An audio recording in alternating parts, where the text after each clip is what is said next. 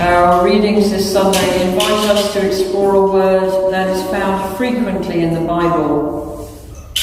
Indeed, a word that could be said to lie at the very heart of our faith, and that word is covenant. I wonder what covenant means to you. Perhaps you associate it with weddings, or perhaps it has political connotations, or maybe it's a word that means not very much to you at all. A biblical exposition of covenant might take us back to the beginning of the story of God's people when they were slaves in Egypt, and God freed them and made a covenant with them, saying, "I will be your God, and you will be my people." This covenant brought certain privileges and blessings to Israel, but it also brought responsibilities. This was a people who were called to a way of living with God and with one another that was liberating, and that countered the dehumanizing forces at work in the world. And when we continue to follow the story of God and Israel in the Bible, we can see some of the crucial features of a covenant relationship. Firstly, it can be pretty abrasive and argumentative. As is frequently the case in the covenant that we know as marriage, conflict can be part of it. In fact, it can be quite a healthy part of it. It can be a turbulent business. Yet in marriage, people are often committed to one another, and they often grow through conflict. Conflict doesn't have to spell the end of a covenantal relationship. Secondly, in a covenant relationship, we are accountable to one another. We have mutual responsibilities, and we should anticipate being called to account if we are failing in them. Covenant means sometimes having to speak the truth to one another in all honesty. And we find that God and Israel are wonderfully candid in the way they speak to one another in the Old Testament. But thirdly, and perhaps most importantly, this covenant relationship is one that is seasoned with grace and forgiveness. Indeed, this is one way in which a covenant differs from a contract. For when contracts are broken, aggrieved parties can walk away. But with covenants, it's different. Covenants can embrace breaches and betrayals because they are suffused with grace and forgiveness. That's why contracts protect us, while covenants put us at risk. So no wonder we prefer one over the other. No wonder the super rich and wealthy, who have so much to protect, ring-fence the covenant of marriage with prenuptial contracts.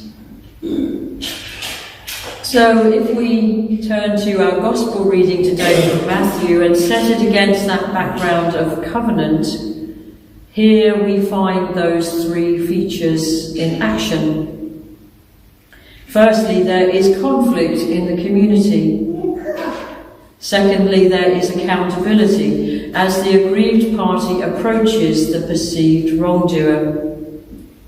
But there is also grace, for if this were a contract relationship, the wrongdoer would have just been dismissed and everything would have been over and done with. Covenant, however, requires other measures.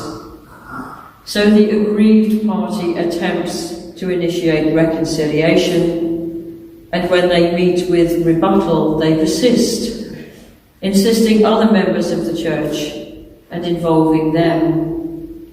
Only when the wrongdoer digs their heels in and rejects the overtures are they excluded. But even then, there is a little twist, if you but heard it. Treat them as you would a Gentile or a tax collector, says Jesus. In other words, treat them as an outsider, as an outcast, or an untouchable. And we know from the gospel experience how Jesus treated those people. So just think further on that same. Jesus reached out to them and sought to include them. So maybe this exclusion in this passage is not as final as it might first appear.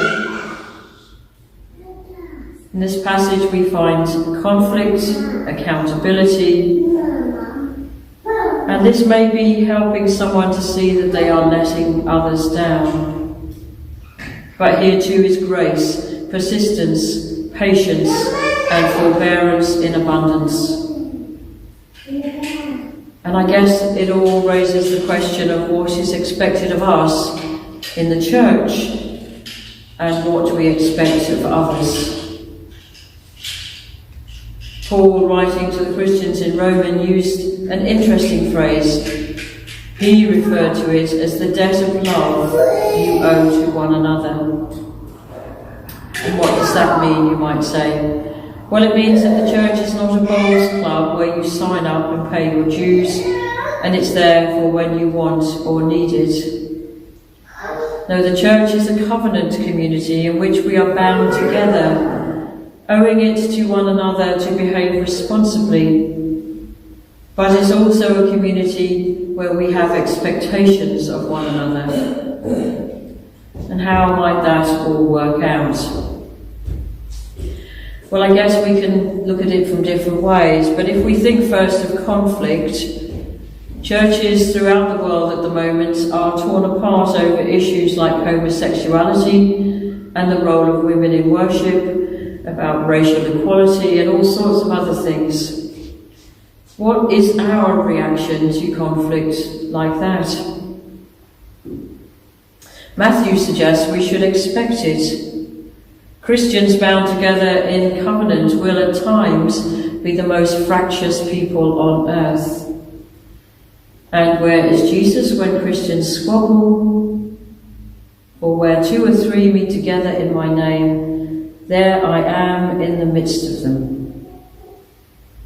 We of course completely misuse that verse. We use it to encourage one another when no one turns up for worship. But the context here is Christians in dispute. And Jesus says in the midst of the accusations and the anger and the hurt, it's okay, for I'm here. I am the great reconciler. Where would you expect me to be when the temperature rises? We mustn't be frightened by conflict, for Jesus is with us in the midst of us. In fact, we should probably expect it. We should expect differing points of view, and we should expect them to be listened to. Second scenario, when you join a church by whatever route you take, you generally make some kind of promise to be faithful in public and private worship and to support and share the church's witness. What would your reaction be if someone held you accountable, suggesting you might be neglecting your responsibilities? Would you tell them to mind their own business? Or should we expect one another to be accountable in a church community? Third scenario, and you've probably had some members of your congregation at this one, and I'm always hesitant about this bit, is that you're feeling neglected because you've been poorly recently and missing from church and no one's phoned or visited. It's common in all churches, and if you haven't had it recently, you've probably had it. And there's that question about where's the pastoral group? Do you just bury that concern deep down and plant a little bit of seed of resentment because you weren't the one that was visited? Do you mutter about how the church is not what it used to be? Or do you just quit that church community in a huff? Maybe the adult way and the proper way is to voice your grievance appropriately with grace and patience and love, accepting that you too might have some responsibility for yourself and for others. Do we not expect one another to be forthright and gracious and hold those two things in tension. We are people bound together in the church in a covenant with God and with one another. Yes, and sometimes it's a fractious relationship, but it should always be a gracious one and recognise the humanity of others. May God grant us grace to live as covenant people. Amen.